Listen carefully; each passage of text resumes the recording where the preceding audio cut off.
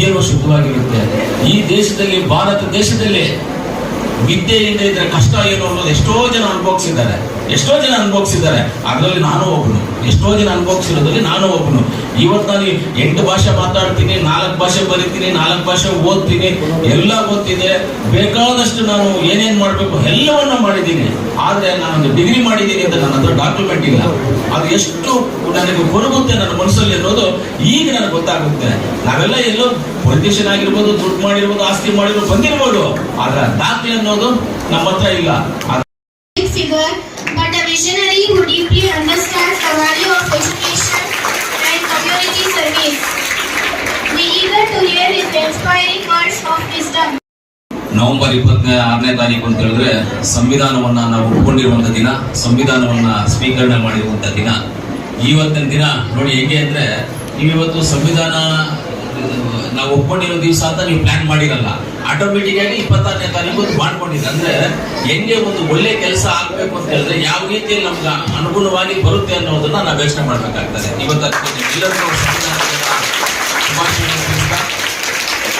ಇವತ್ತು ಮಿಲ್ಲತ್ ಟ್ರಸ್ಟಿನ ಅಧ್ಯಕ್ಷರಿಗೆ ಧನ್ಯವಾದಗಳನ್ನು ತಿಳಿಸ್ತಾ, ಅದೇ ರೀತಿ ಫೌಂಡರ್ ಅಧ್ಯಕ್ಷರು ಅಬ್ದುಲ್ ಸಲಾಂ ಅವರು, ಫೌಂಡರ್ ಅಧ್ಯಕ್ಷರು ಸಲಾಂ ಹುಸೇನ್ ಅವ್ರಿಗೆ ಧನ್ಯವಾದ. ಜೊತೆ ಇಲ್ಲ, ಅವ್ರಿಲ್ಲ ಅಂದ್ರೂ ಇನ್ನು 100 ವರ್ಷ ಅಲ್ಲ 200 ವರ್ಷ ಆದ್ರೂ ಈ ಸಂಸ್ಥೆನಲ್ಲಿ ಅವ್ರ ಹೆಸರನ್ನ ನಾವು ತಿಳ್ಕೊಳ್ತೀವಿ. ಅವ್ರು ನಮ್ಗೆಲ್ಲವನ್ನು ಕೊಟ್ಬಿಟ್ಟು ಹೋಗಿದ್ದಾರೆ. ಅವ್ರಿಗೆ ಧನ್ಯವಾದಗಳನ್ನು ತಿಳಿಸ್ತಾ, ಅದೇ ರೀತಿ ನಮ್ಮ MLC ಅನಿಲಣ್ಣವರು, ಹಾಗೆ ನಗರಸಭೆ ಅಧ್ಯಕ್ಷರಾದ ನಮ್ಮ ಲಕ್ಷ್ಮೀದೇವಪ್ಪನವರು, ಹಾಗೆ ನಮ್ಮ ಕೂಡ ಅಧ್ಯಕ್ಷರಾದಂಥ ಹನೀಫನ್ ಅವರು, ಶಂಶೇರ್ ಅವರು, ಆಮೇಲೆ ಜಾಫರ್ ಅವರಿದ್ದಾರೆ, ಕಯ್ಯಮ್ಮನ್ ಅವರಿದ್ದಾರೆ, ಅತಾವುಲ್ಲಣ್ಣವರಿದ್ದಾರೆ, ಎಲ್ಲ ನಮ್ಮ ನಗರಸಭೆ ಸದಸ್ಯರು ಎಲ್ಲರೂ ಇದ್ದೀವಿ. ಎಲ್ಲರೂ ನಗರಸಭೆ ಸದಸ್ಯರು ಎಲ್ಲರೂ ಇದೆ, ಎಲ್ಲ ಲೈನ್ ಆಗಿ ಕೂತ್ಕೊಂಡಿದ್ದಾರೆ. ನಿಮ್ಮೆಲ್ಲರಿಗೂ ಧನ್ಯವಾದಗಳು.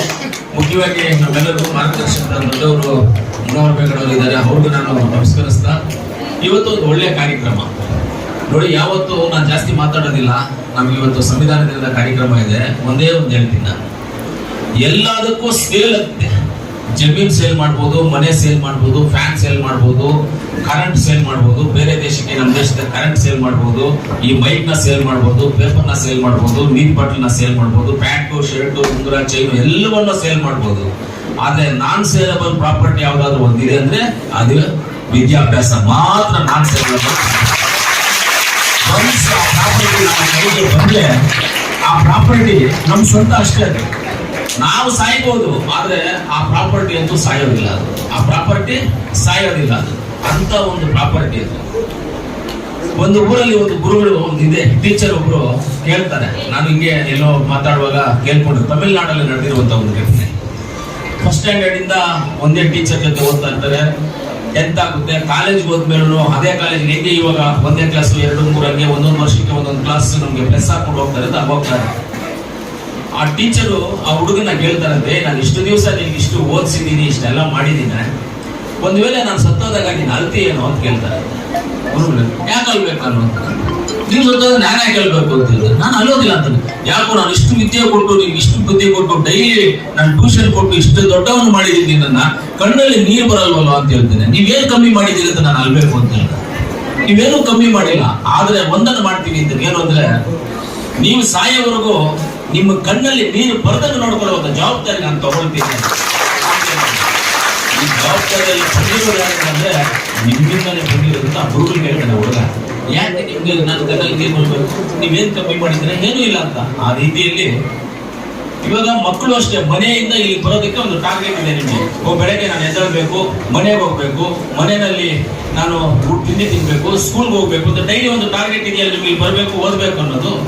ನೀವು ಅದೇ ಟಾರ್ಗೆಟ್ ಎಕ್ಸ್ಟೆಂಡ್ ಮಾಡ್ಕೊಳ್ಳಿ. ಎಕ್ಸ್ಟೆಂಡ್ ಮಾಡ್ಕೊಂಡು ಅಂದ್ರೆ ನಾನು ಡಿಗ್ರಿ ಮಾಡಬೇಕು, IAS ಮಾಡಬೇಕು, IPS ಮಾಡಬೇಕು, ಟೀಚರ್ ಆಗಬೇಕು, ಒಂದು ರೆವಿನ್ಯೂ ಆಫೀಸರ್ ಆಗಬೇಕು, ಒಂದು DC ಆಗಬೇಕು, ಇಲ್ಲ ಒಂದು ಡಾಕ್ಟರ್ ಆಗಬೇಕು, ಒಂದು ಇಂಜಿನಿಯರ್ ಆಗಬೇಕು, ಯಾವುದನ್ನ ಒಂದು ಪೊಲಿಟಿಷಿಯನ್ ಆಗಬೇಕು ಅಂತ ನೀವೇ ಆಯ್ಕೆ ಮಾಡ್ಕೊಂಡು ಆ ಗುರಿಯನ್ನು ಮುಟ್ಬೋದು. ಹೆಂಗೆ ನಿಮ್ಮ ಮನೆಯಿಂದ ನೀವು ಶಾಲೆಗೆ ಬಂದು ರೀಚ್ ಆಗ್ತೀರಾ, ಅದೇ ರೀತಿಯಲ್ಲಿ ನೀವು ಮನಸ್ಸು ಮಾಡಿದ್ರೆ ಆ ಗುರಿಯನ್ನು ಮೀಟ್ ಮಾಡೋದಕ್ಕೂ ರೀಚ್ ಆಗೋದಕ್ಕೂ ನಮಗೆ ಅವಕಾಶಗಳಿರ್ತವೆ. ವಿದ್ಯೆ ಅನ್ನೋದು ಯಾರು ಸೊತ್ತು ಅಲ್ಲ, ನಮ್ಮ ಸ್ವಂತ ಸೊತ್ತು. ಎಲ್ಲದಕ್ಕೂ ಸೇಲ್ ಇದೆ, ಅಂದ್ರೆ ವಿದ್ಯೆಗಂತೂ ಸೇಲ್ ಮಾಡಕ್ ಆಗುತ್ತಾ ಸರ್? ವಿದ್ಯೆನ ಎಲ್ಲಾದ್ರೂ ಏನ್ ಸರ್ ಹುಸೇನಿ ಸಾಹೇಬ್ ಹೇಳ್ಬೇಕು, ವಿದ್ಯೆ ಸೇಲ್ ಮಾಡಕ್ ಆಗುತ್ತಾ? ಸೇಲ್ ಮಾಡಕ್ ಆಗೋದೇ ಇಲ್ಲ. ಅದು ಒಂದ್ಸಲಿ ಒಬ್ರು ಹೋಯ್ತು ಅಂದ್ರೆ ಅದು ಪರ್ಮನೆಂಟ್ ಅಷ್ಟೇ. ಅದು ಅವ್ರ ಹತ್ರ ಇರುತ್ತೆ. ಅವ್ರನ್ನ ಬಿಟ್ಟು ಇನ್ನೊಬ್ಬರ ಹತ್ರ ಟ್ರಾನ್ಸ್ಫರ್ ಆಗಲ್ಲ. ಡಾಕ್ಯುಮೆಂಟ್ ಟ್ರಾನ್ಸ್ಫರ್ ಮಾಡಕ್ ಆಗಲ್ಲ. ಇವಾಗ ಜಮೀನ್ ಟ್ರಾನ್ಸ್ಫರ್ ಮಾಡ್ಬೋದು, ಎಲ್ಲ ಟ್ರಾನ್ಸ್ಫರ್ ಮಾಡಿ ಫ್ಯಾನ್ ತೆಗೆದ್ಬಿಟ್ಟು ಆಡು ಮೂಲ ಹಾಕ್ಬೋದು. ವಿದ್ಯೆ ಅವರಿಂದ ಕಿತ್ತು ಇವ್ರು ಕೊಡಕ್ ಆಗೋದಿಲ್ಲ. ಅಂದ್ರೆ ವಿದ್ಯೆ ಅನ್ನೋದು ಅಷ್ಟು ಸ್ವಂತ. ಯಾವತ್ತು ನಮ್ಮ ಹೃದಯವನ್ನು ನಾವು ಶುದ್ಧವಾಗಿ ಇಟ್ಕೊಂಡಿರ್ತೀವೋ ನಮ್ಮ ಬ್ರೈನು ಶುದ್ಧವಾಗುತ್ತೆ, ವಿದ್ಯೆನೂ ಶುದ್ಧವಾಗಿರುತ್ತೆ.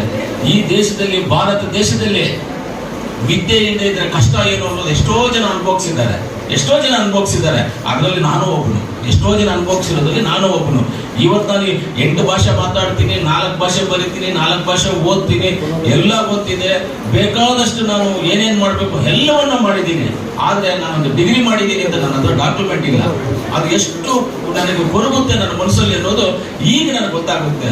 ನಾವೆಲ್ಲ ಎಲ್ಲೋ ಪೊಲಿಟಿಷಿಯನ್ ಆಗಿರ್ಬೋದು, ದುಡ್ಡು ಮಾಡಿರ್ಬೋದು, ಆಸ್ತಿ ಮಾಡಿರ್ಬೋದು, ಬಂದಿರ್ಬೋದು.